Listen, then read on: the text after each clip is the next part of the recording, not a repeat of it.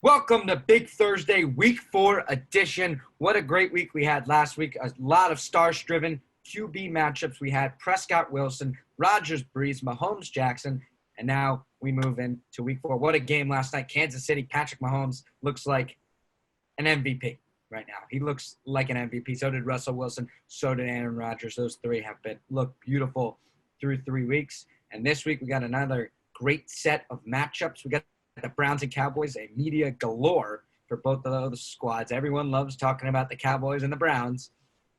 We got the Patriots Chiefs, 425 CBS, and then Eagles Niners Sunday Night Football. And then we got the Falcons Packers. Maybe the Falcons can win a game and not throw out a comeback. We'll see. I don't know.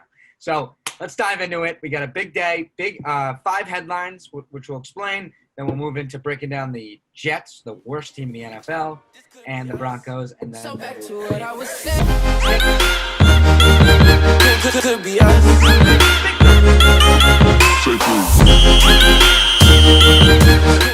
5 headline segment. Here we go. We're going to discuss some headlines Jesse and I are going to throw out. And let's see who wins those debates. So, first headline. The Chiefs are the best team in the AFC.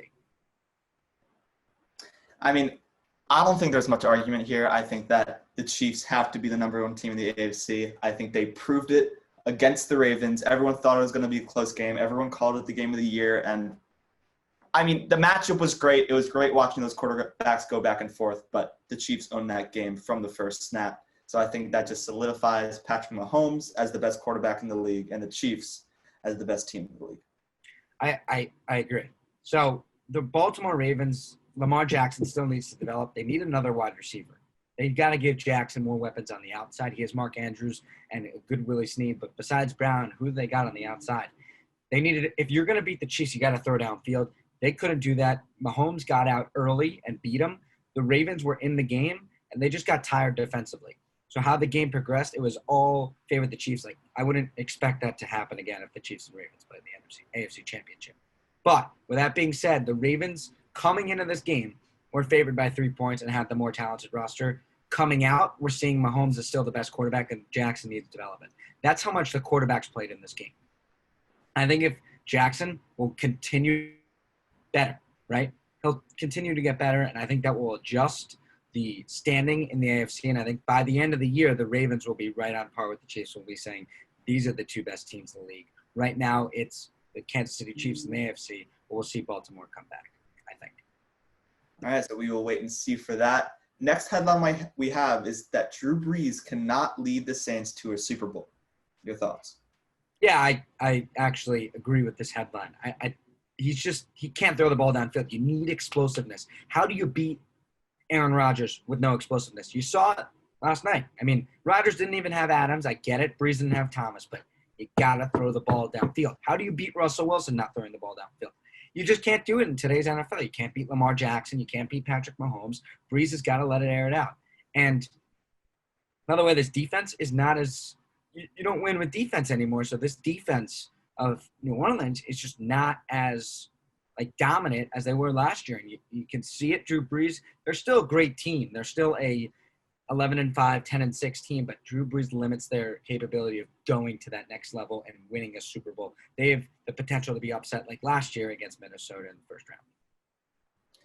Personally, I don't think it's as much of Drew Brees being limited to those little throws. It's just what's being presented to him. You have Alvin Kamara, which is looking like the best running back in the league right now. I'm just going to say it. Christian McCaffrey's out. I don't know. I mean, he didn't even have 15 carries last game. And I think he hit over 200 scrimmage yards. So he's looking like the best receiver on the team and the best running back on the team. So when you have a guy like that and no Michael Thomas, that's your number 1 option. Usually your number 1 option is Michael Thomas, and that's why he's going to air it out. But when he's gone, he's got to adapt to who his number 1 target is. And you're not going to throw the ball 30, 40 yards down for Alvin Kamara. So I think that's just him adapting to the circumstance of who he's throwing to. And I think when the receivers get healthy, you might see a change. So Aaron Rodgers, he lost his top wide receiver. He can't throw the ball downfield. Well, Alan Lazard. Drew Brees had Emmanuel Sanders and a great tight end of Jared Cook, who's bigger than the Green Bay tight end. he's just not as good. He can't throw the ball downfield as much. But Aaron Jones versus Alvin Kamara, who would you rather as a pass catcher out of the backfield?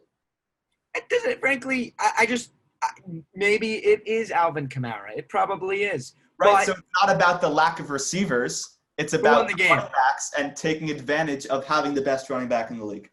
Aaron Rodgers went on the road last week against New Orleans, prime time, and beat them without his best receiver. Drew Brees, in back-to-back primetime games, just didn't look the same. And he didn't even look good against the Tampa Bay Buccaneers. He had 160 yards.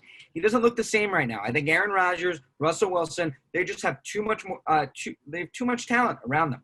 And they have too much talent as a quarterback. And I think that limits them. You saw it in the Monday night game. You need a star quarterback who can throw the ball downfield.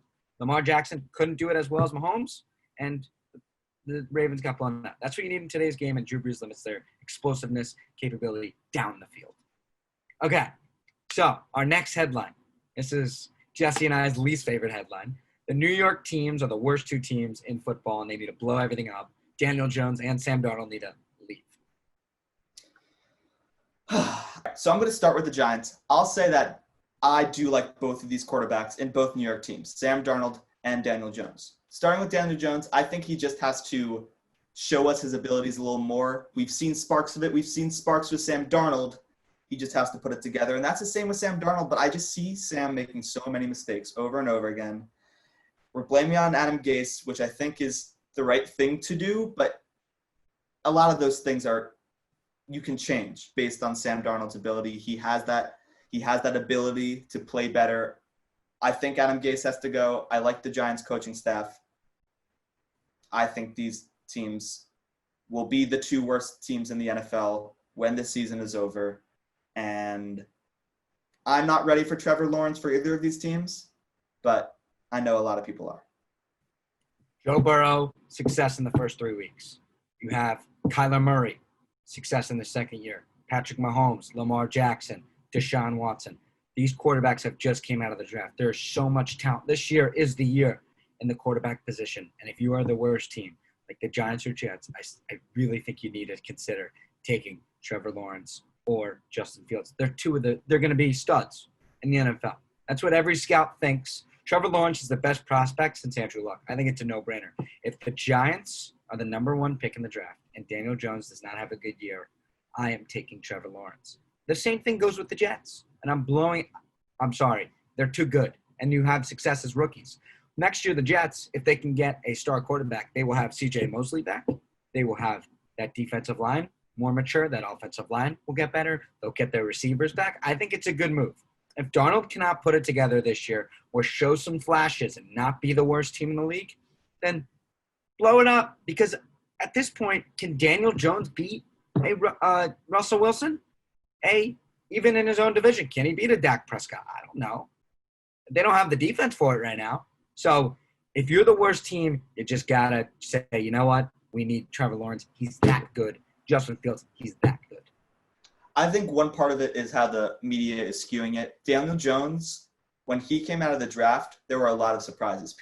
Some people were like, who is this guy? Like, he wasn't the best quarterback on the board at the time. People were questionable. Right when Daniel Jones played his first few games, people were like, oh, okay, like, I see what this guy can do. Sam Darnold, a lot of people thought he was going to be the number one overall pick. He has a lot higher expectations in this league, and I think that puts him on a much shorter leash. So if you go into the draft and let's just say hypothetical, Jets or the Giants, if one of them have the number one pick, I think the Giants are much more likely and have the slack to get Trevor Lawrence. I don't think Sam Darnold is at the point where you can move on from who you really and everyone is locked in as he was the franchise quarterback. I don't think he has shown too much of the latter yet. The league is changing. Last thing, league is changing. Teams are moving off quarterbacks faster. If Baker Mayfield struggles, he's gone. They're just Mitch Trubisky in his third year. He's gone. They're just moving off quarterbacks faster. There's so much talent in the college level. I mean, you look at Joe Burrow in his first 2 games with no offensive line and a limited receiving core and a limited defense. He almost beat Philly on the road. I mean, he's played well. He played well in primetime. He scored 30 against a good defense in the Browns. So I'm just saying, there's so much talent. If you're the worst team in football, there's something to consider with drafting a Trevor Lawrence or Justin Fields. All right, I'll go on to the next one. One more thing, though. Sam Darnold is still younger than Joe Burrow. Moving on. Dan Quinn needs to be fired. Your thoughts? Comebacks are coachable. You lose one week, you need to coach them and say, this can't happen the next. And guess what? It happened again in the next week. Yes, Nick Foles came into the game. He's special, whatever. But come on, you're up 28-10, whatever the score was. 2-possession, 3-possession game. Put the game away. You got Todd Gurley. Run the ball. You got a good running back in Hill. This guy played pretty well. Yes, I get it. Julio's out, but he was in the last game. That's not an excuse. You lost to the Cowboys and the Bears 2 weeks in a row. I don't think those teams are over 9-7. So, yes, Atlanta has got talent, but that defense, come on. Dan Quinn, you're a defensive coach. You got to coach your team better. I can't disagree with you on this one. And I've always been a big fan of the Falcons offense. I think that Matt Ryan showed in that game that the offense is much more around their star receivers than it was looking like before. Like, it seemed like, at least in past years, that, okay, if Julio wasn't there, like, he spreads the ball around. Everyone benefits from Matt Ryan. He looked to struggle with the receivers he had, but also in terms of Dan Quinn, you got to use Todd Gurley to end that game off. They have not figured out how to close a game clearly, and I think that's mostly Dan Quinn's fault, not Matt Ryan's fault. The defense has to be better. You got to blame that on Dan Quinn. He had one completion in the fourth quarter, Matt Ryan. Yeah. He has a sick first half. He's throwing deep balls to Calvin Ridley. Calvin Ridley looks like the best receiver in football in the first half, and then all of a sudden Matt Ryan takes a nap. Like, I think it's both here. I really do. Yes, the defense is terrible, but they get too conservative on offense. Like, come on, 2 weeks in a row. You got to learn. I'm sorry. Dan Quinn. I feel like any team, the Falcons are the one team, you can say the Chiefs and teams like that, but they'll air it out in the fourth quarter when they're up 20. I don't know. I just always get that vibe from the Falcons that, like, their high-powered offense, like, they'll throw it all 4 quarters, but clearly their strategy is not working. Yeah. All right, last headline, and of course it's about Dallas because media, we love Dallas Cowboys. Mike McCarthy is the same coach and is the same person without the clapping as Jason Garrett. I'm going to say no, but I think that he's not living up to his expectations. The Cowboys come in with quite the air attack, quite the offensive attack, and a lot of positives, a lot of young guys on defense that could make a change. And I don't know. I feel like the Cowboys are playing from behind more than they should. They have star-studded receivers, more than the Falcons, more than the Chiefs. No one compares to their receiving core. I think they have to be utilized better. I think Zeke has to be running the ball more. He's catching a lot out of the backfield, and defenses are figuring it out. I think they have to shift their game plan a little bit on the offensive side. And I think McCarthy will show his ability as a coach more, but I'm not ready to state that he is Jason Garrett. I just think he's a bunch of nothing. I mean, you look at Aaron Rodgers. Second year with Matt LaFleur, he looks like 2014 MVP season. That good. Maybe better. In his at 36, when he was with McCarthy, he wasn't that good until since his prime. He wasn't that good. Look, this team, Dallas, they've had the same problems. They're the same team. Their defense, they cannot get pressure on the quarterback. They let Russell Wilson have all day. In the fourth quarter, on that fourth down, all day to throw. It's like too easy. Right? It's ridiculous. Then you got Prescott, but there's always just an issue. It feels like, okay, go win me this game. But then there's the issue of, the left tackle, false start, third down and 15. Like, these things can't happen. Maybe it will improve, but they just looked like the same team. They played mistake-filled football for 4 quarters, and they were within 5 points. They have talent. They have the best receiving core in football. They have a great running back in Zeke Elliott, top 2 running back right now in football without Barkley and McCaffrey. They've got everything. The coach and the quarterback and the defensive line are struggling, and, of course, the secondary. But they're in these games with Seattle, but just the quarterback and coaching difference seems it's like the same thing. Last year when they played the Patriots on the road, it just seems like the same thing. It seems like the same Dallas Cowboys. Doesn't feel any different. And I think McCarthy is the type of coach that when he comes into a team, he's not a game changer type of coach. He's a bit bland. Yeah. And that's just kind of his reputation in the league. And I don't think maybe Cowboys fans got too excited and were expecting a whole different vibe of a team with him coming in. But he's not an Andy Reid type of coach or John Harbaugh type of coach that he comes in and the team is a different team. The offense runs like a machine. The defense is fast and strong. He's just not that guy. I'm not expecting that of him. That's why I'm not like that surprised that he is like McCarthy, because he's McCarthy. What are you expecting out of him? Yeah. I think this year is an opportunity for Dallas to pad on a lot. They have the worst division in football. I mean, the Eagles can't even beat Joe Burrow and the Bengals right now. The Giants are terrible. And Washington football team, Dwayne Haskins with too many picks. They've got a chance to run the table a little bit and get to the playoffs, get to like 10-6, run the table. And it's going to be about can they finish in the fourth quarter in the playoffs. And I think this is it partly Prescott? I think Prescott's a good quarterback. I don't know if he's great. Can he beat Russell Wilson? He didn't prove it this week. Can he beat Aaron Rodgers? I don't know. So we'll see. It's more of a wait-and-see thing for me. He's not the same coach, but so far it's looking awfully similar.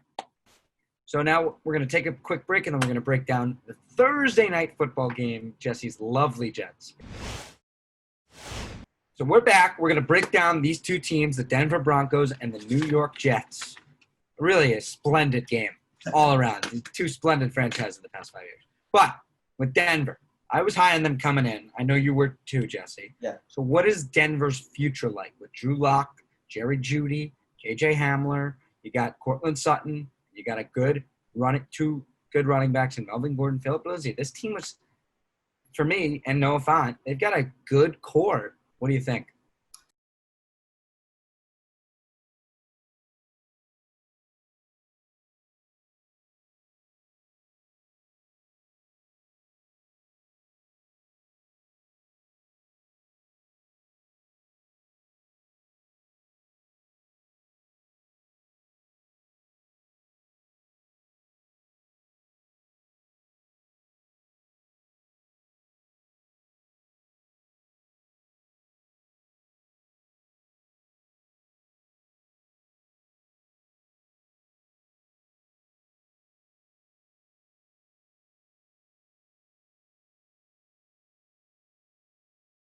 Week 8 to 10.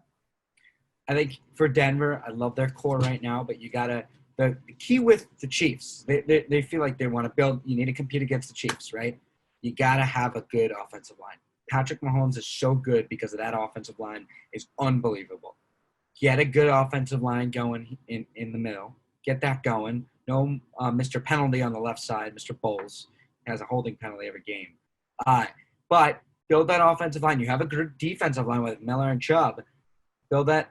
Just keep adding pieces. They're like, I feel like they're 3 pieces, like a couple like cornerstone pieces away from really being a team that can maybe compete with KC. They're in that middle tier. They've always had that 8-8, 7-9, and especially this year they might be worse because they're injury bug. But yeah, they got some cornerstones that you like: a quarterback, wide receiver, running back, tight end. They got skill players. Let's build those lines a little bit more and compete. Yeah, I think the Broncos are the type of team that are like on the bottom of the mountain, but like on their way up.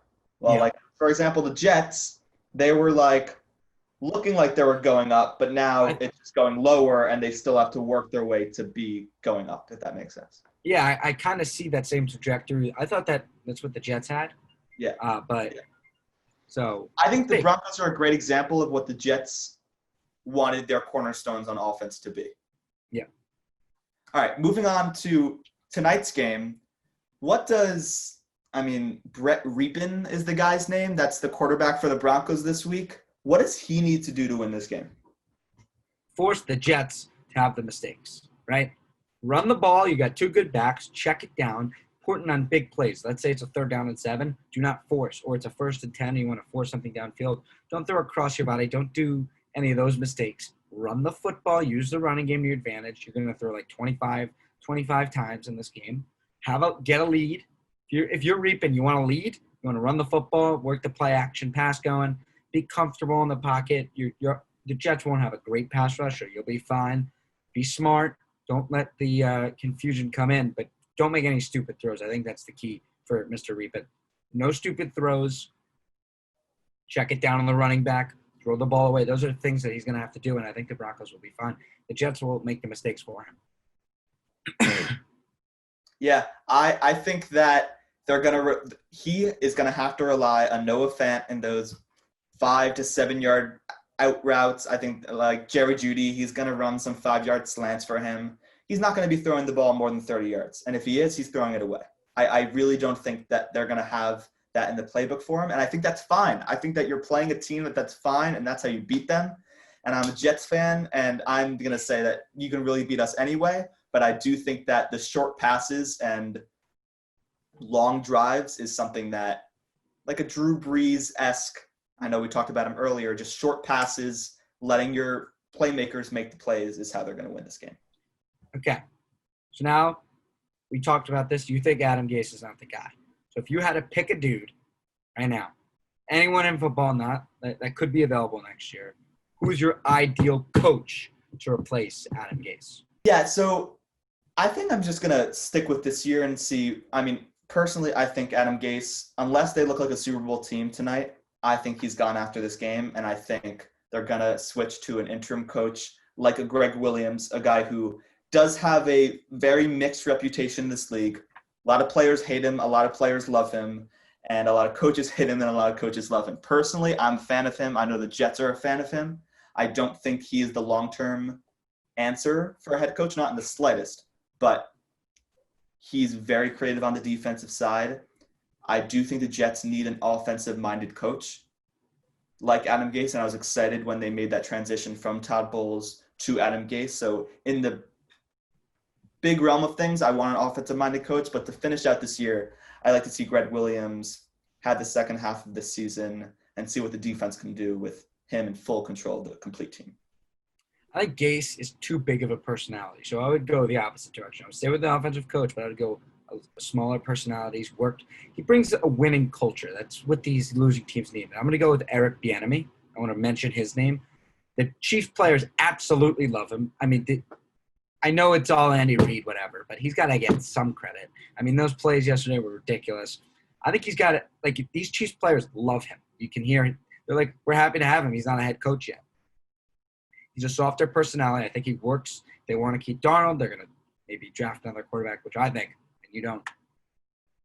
But he would work, I think, with any quarterback. He's a good quarterback coach connection, and that's important. That's really important. And then you could start building after that, but you need that QB coach connection, like a Shanahan, Garoppolo, a McVay, Goff, a Newton, Belichick. I mean, Rodgers, LaFleur. You know that type. Mahomes, Reed. You know that type of thing.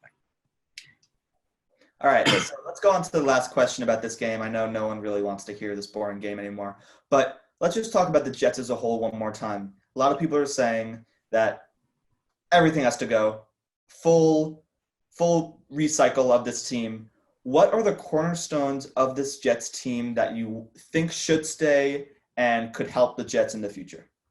Mekhi Becton at left tackle, this offensive line, they're developing. I think they maybe need a couple pieces, but I like what they're doing there.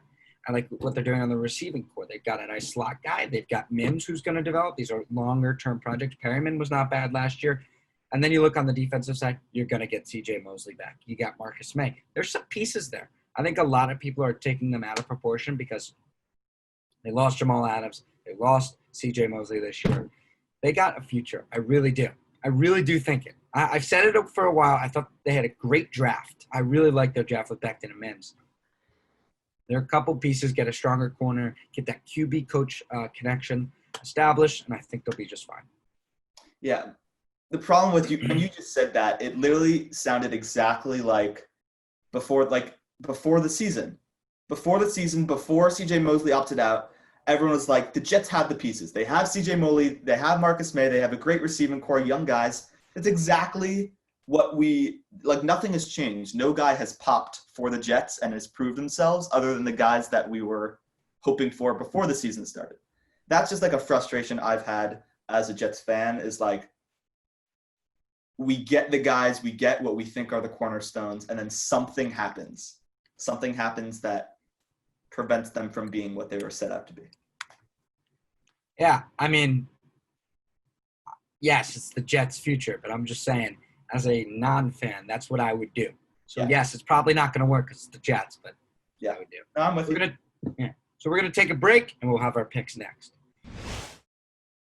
So now in our second week of picks, we're going to update our record. So right now, Jesse is a staggering 11-4-1, and I am a nice 9-6-1. So I need to make up some ground here in the first week. He did win on the Chiefs game, and he did win on the Packers game. So those were two that got me. So let's go. Let's dive right in. Week 4 picks. Colts -3 versus the Bears. Who you got? I'm going to take the Bears, and I'm going to take them just covering. I'm going to give them 4 points over. So I'm going to say 21-17. Bears beat the Colts.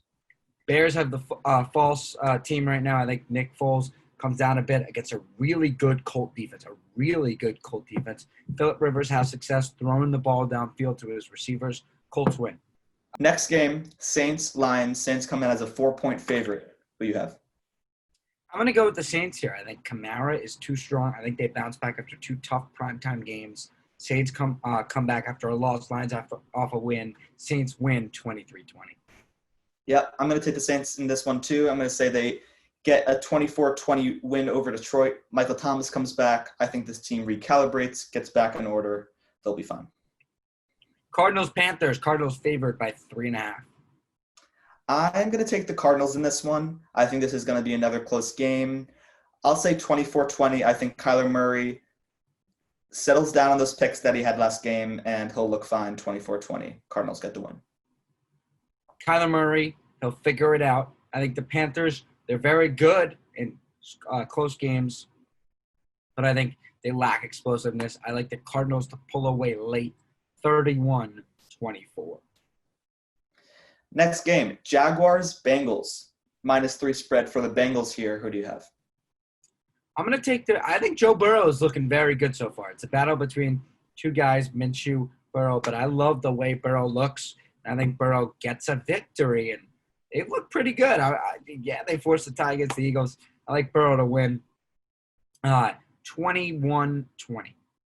Yeah, I mean, I took Bengals last week. You were surprised with that pick. Now you're jumping onto my side of the Bengals bandwagon. I'm going to take the Bengals again, 28-21. They get the win.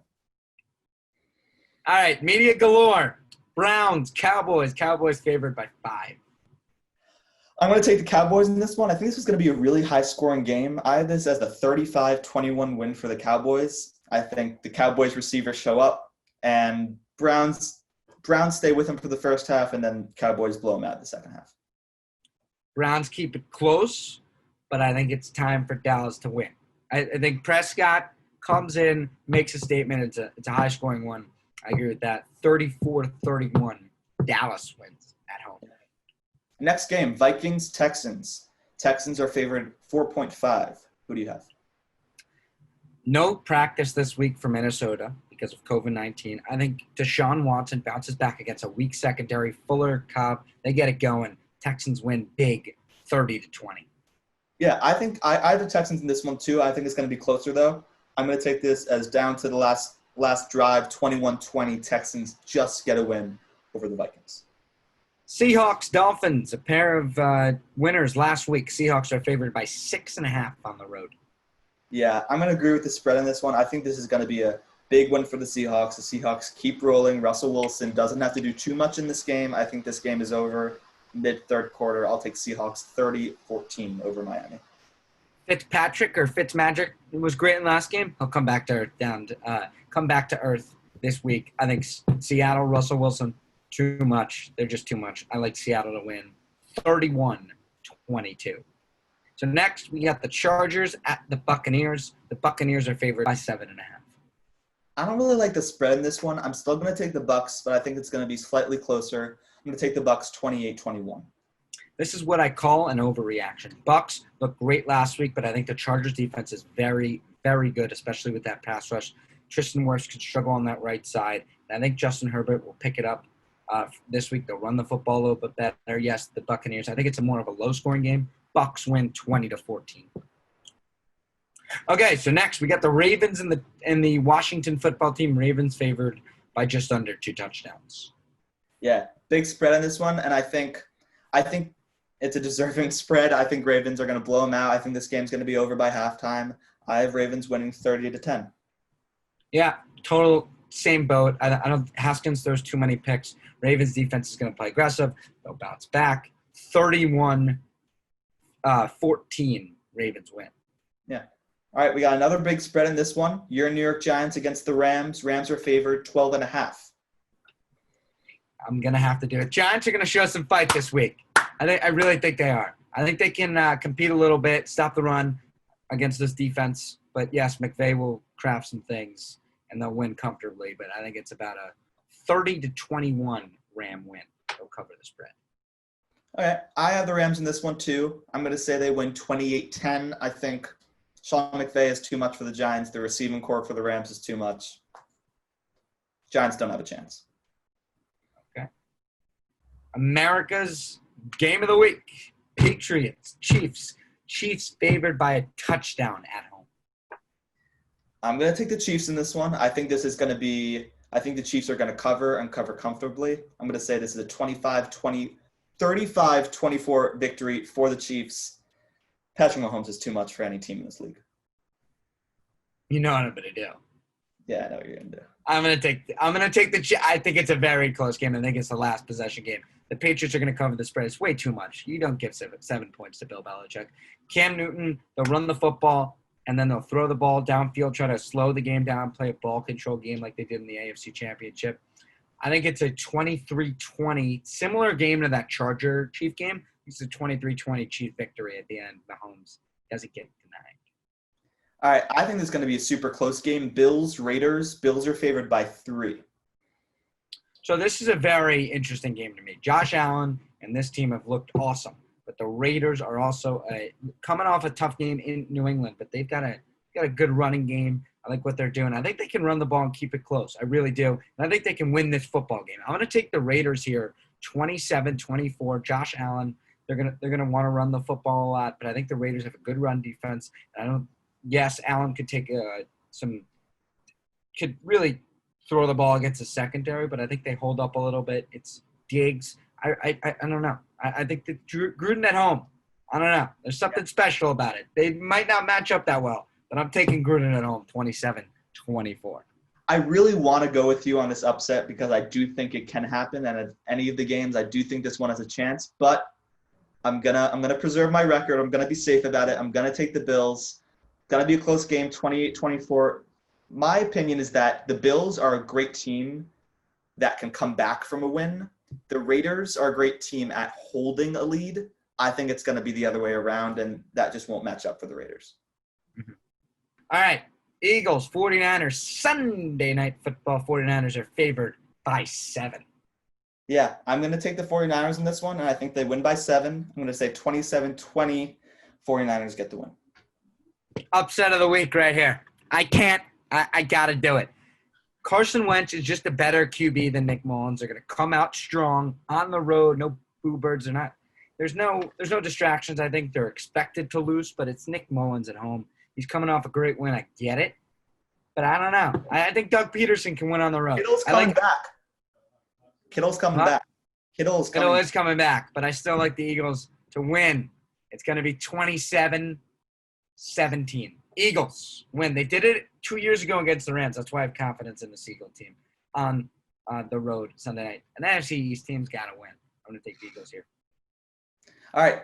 Monday Night Football. Packers play the Falcons. Packers are favored 7.5. Who do you have? Shootout. I got a shootout. Shootout. And Rodgers wins at home. This is a shootout game. Rodgers prevails at home. I wouldn't be surprised if the Falcons came back and really showed some fight. But Rodgers at home, I'm going to take it 2 upsets on 2 Monday night games. Rodgers wins 37-34. Wow, that's a high-scoring game. And I have a pretty high-scoring game, too. I'm going to take the Packers. I'm going to take them 30-24. Falcons stay in it, but Aaron Rodgers is too much. Broncos, Jets, Thursday Night Football in New York. Broncos favored by 2. I'm going to take the Jets. I'm going to do it. And the reason I'm going to do it is because all of the headlines are coming out that Adam Gase is going to be gone after this game. The Jets are going to lose. I think the Jets are going to be stuck in a pickle where the Jets are going to win this game. Adam Gase is going to look kind of good, and then the Jets fans are going to be frustrated that they're going to keep him a little longer because he looked kind of good. I'm just seeing that happen. I'm going to take the Jets in a low-scoring game, 17-14. I'm going to agree with you. I am. I don't know why I'm doing this. Sam Darnold's a better quarterback, and they're at home. I know it doesn't mean much, but I think Denver, who's their quarterback? Ripien, and he's favored on the road. I'm not trusting it. I'm taking the Jets at home, 17-13 in a low-scoring game, but Darnold throws a big game-winning drive in there at the end. Darnold and the Jets win at home Thursday Night Football. So thank you guys for listening. Week 4 edition of Big Thursday. We got our picks for the second week. Hopefully I do better. We'll see. We got a great Thursday night game. Broncos and Jets. Go Jets. Really, we're both rooting for them. So Jets, Broncos. Thank you guys for listening. This could be us. So back to what I was saying.